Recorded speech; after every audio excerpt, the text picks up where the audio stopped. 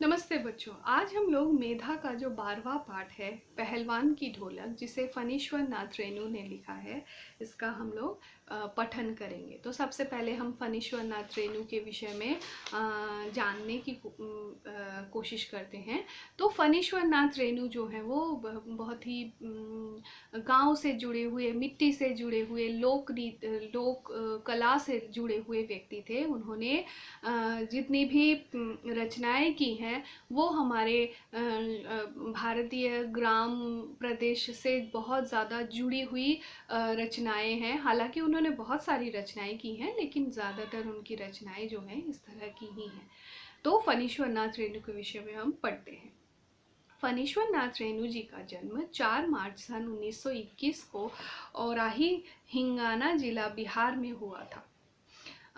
1942 में इन्होंने स्वाधीनता संग्राम में भी बढ़ चढ़कर भाग लिया, यानी इन्होंने हमारे भारत को आज़ाद करने के का जो आंदोलन था, उस आंदोलन में भी सभी का साथ दिया। मैला आंचल इनका प्रसिद्ध उपन्यास है। इन्होंने जन भाषा को अपने साहित्य के लिए चुना, यानी जन भाषा यानी हमारी लोकल जो भाषा होती है, गांव की जो भाषा होती है, उस भाषा को उन्होंने अपनी साहित्य की लेखनी की भाषा के रूप में चुना। खड़ी बोली को नहीं, यानी जिस बोली में हम पढ़ रहे हैं या लिख रहे हैं उस भाषा को नहीं। मैला आंचल के लिए इन्हें पद्मश्री से सम्मानित किया गया। इस उपन्यास पर टेलीविजन धारावाहिक का निर्माण भी हुआ है। मैला आंचल एक ऐसी उपन्यास है जो गांव से जुड़ी हुई है, और इस कहानी को बेस करके सीरियल भी बना है। परती परिकथा एवं कितने चौराहे इनके अन्य प्रसिद्ध उपन्यास है। इनकी कहानियां मारे गए गुलफाम पर तीसरी कसम नाम से फिल्म भी बनी है, यानी उनकी एक और कहानी है जिस पर एक और सिनेमा या एक फिल्म भी बनी है जिसका नाम है तीसरी कसम। इनकी पात्र योजना सशक्त तथा एवं सार्थक होती है, यानी जितने भी पात्रों का, जितने भी कैरेक्टर का ये प्रयोग करते हैं अपनी कहानियों में, वो एकदम परफेक्ट होती है। प्रत्येक पात्र का अपना व्यक्तित्व होता है।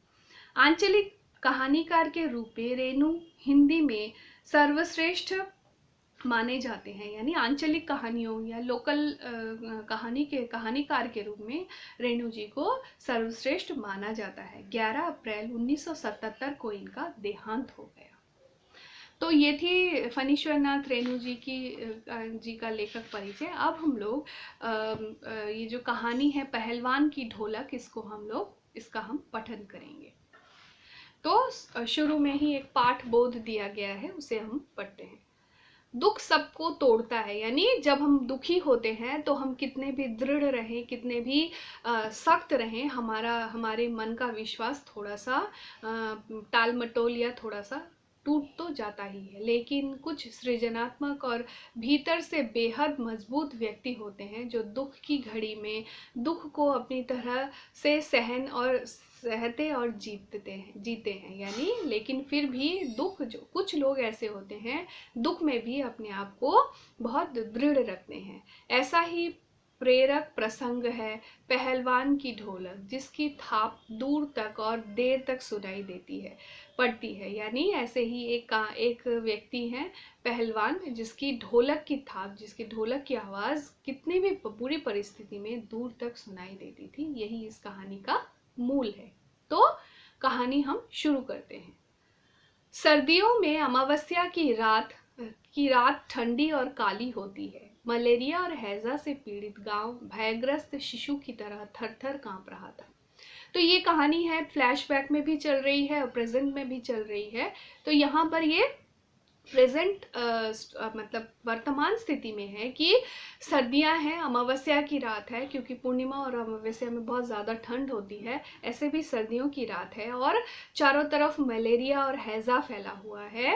हैजा यानी कॉलेरा फैला हुआ है, और गांव के जो लोग हैं, वो शिशु जो हैं, वो डर के मारे थर थर काँप रहे हैं। क्योंकि जब मलेरिया और हैजा फैलता था उस समय गाँव के जो लोग हैं, गाँव के गाँव सब पूरे के पूरे ख़त्म हो जाते थे, मर जाते थे। ये एक पैंडमिक सिचुएशन था, जैसे अभी हम लोगों के साथ कोरोना है, इसी तरह से उस समय मलेरिया और हैज़ा चल रहा था। जैसे अभी लोग मर रहे हैं, तब इससे भी ज़्यादा लोग मरते थे, क्योंकि उस समय मेडिकल की इतनी टेक्नोलॉजीज़ नहीं थी, इतनी व्यवस्थाएं नहीं थी, इतनी दवाइयाँ नहीं थी, लोग इतने अवेयर नहीं थे, इसीलिए लोग जो है वो अपने आप को नहीं संभाल पाते थे और गांव के गांव मर जाते थे। तो वही अवस्था चल रही थी। मलेरिया और हैजा से पीड़ित गांव भयग्रस्त था, शिशु की तरह थर थर कांप रहा था, सब लोग डरे हुए थे, सब में भय था।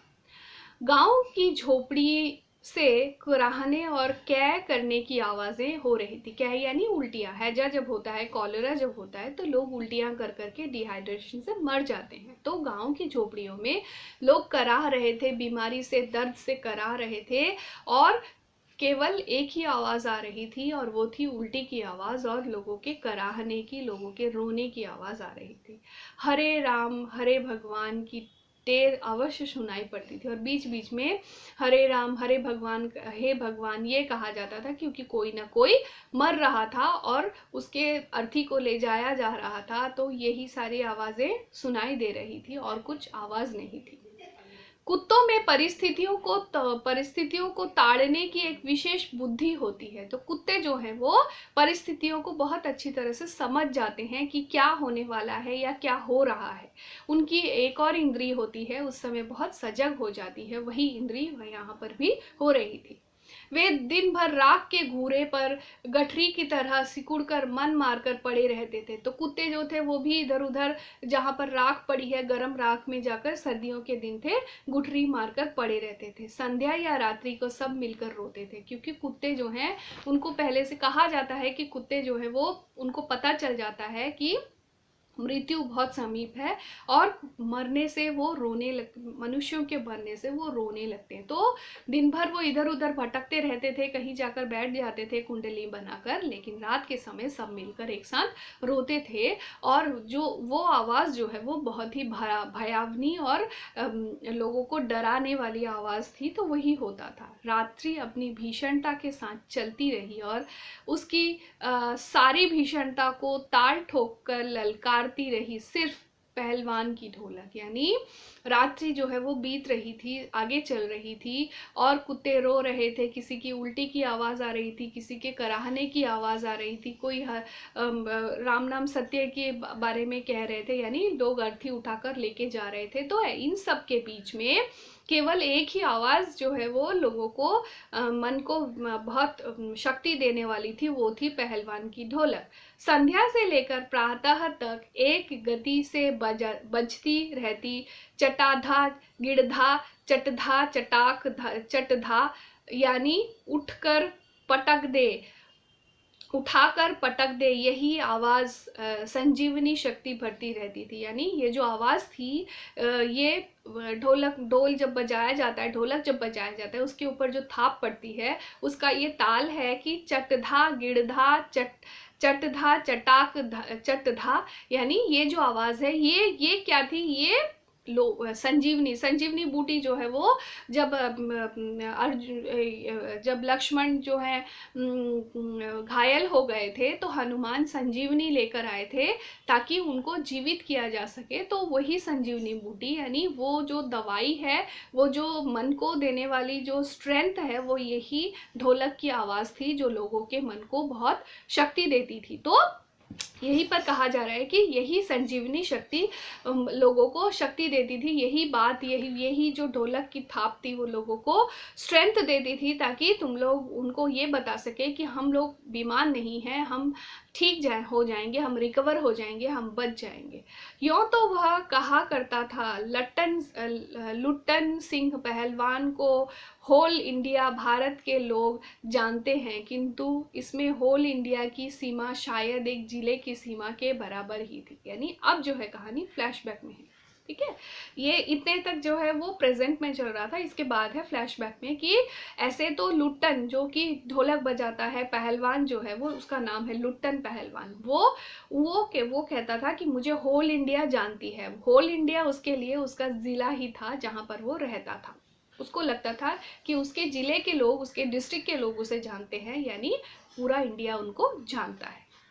लुट्टन के माता पिता उसे 9 वर्ष की उम्र में ही अनाथ बनाकर चले गए, यानी जब वो केवल 9 वर्ष का था तभी उनके माता पिता की मृत्यु हो गई थी। सौभाग्यवश शादी हो चुकी थी, यानी क्योंकि ये कहानी जब की है तब छोटे छोटे बच्चों की शादी हो जाया करती थी, तो लुट्टन तब केवल 9 वर्ष का था जब उसके माता पिता की मृत्यु हुई और उससे पहले उसका विवाह हो चुका था। विधवा सास ने पाल पोस कर बड़ा किया, यानी उसकी सास जो थी, उसकी पत्नी की जो माँ थी वो भी विधवा थी और उसने बहुत मुश्किल से, क्योंकि उसके बेटी का जो पति था उसके माता पिता की मृत्यु हो चुकी थी, इसीलिए उसने अपनी बेटी और अपने दामाद का बहुत मुश्किल से पालन पोषण किया। वो विधवा थी, उसके पास भी कोई साधन नहीं थे। बचपन में वह गाय चराता, दूध पीता और कसरत किया करता था, यानी बचपन में जब वो छोटा था उसके माँ पिता के चले जाने के बाद वो केवल एक्सरसाइज करता था, दूध पीता था और गायों को चराता था। गांव के लोग उसकी सास को तरह तरह की तकलीफ दिया करते थे, यानी उसकी सास भी विधवा थी और वो बहुत परेशानी में रहती थी और गांव के लोग उसे बहुत ताने दिया करते थे, उसे बहुत तकलीफ दिया करते थे। लुट्टन के सिर पर कसरत की धुन लोगों से बदला लेने के लिए ही सवार हुई थी, यानी लोगों से वो बदला लेना चाहता था, इसीलिए उसके मन में ये एक्सरसाइज करके अपने आप को बहुत पावरफुल बनाने की जो ये बात थी वो इसीलिए आई ताकि वो लोगों से बदला ले सके। तो आज का पाठ यहीं तक, अपना ध्यान रखिएगा, ठीक से रहिएगा, धन्यवाद।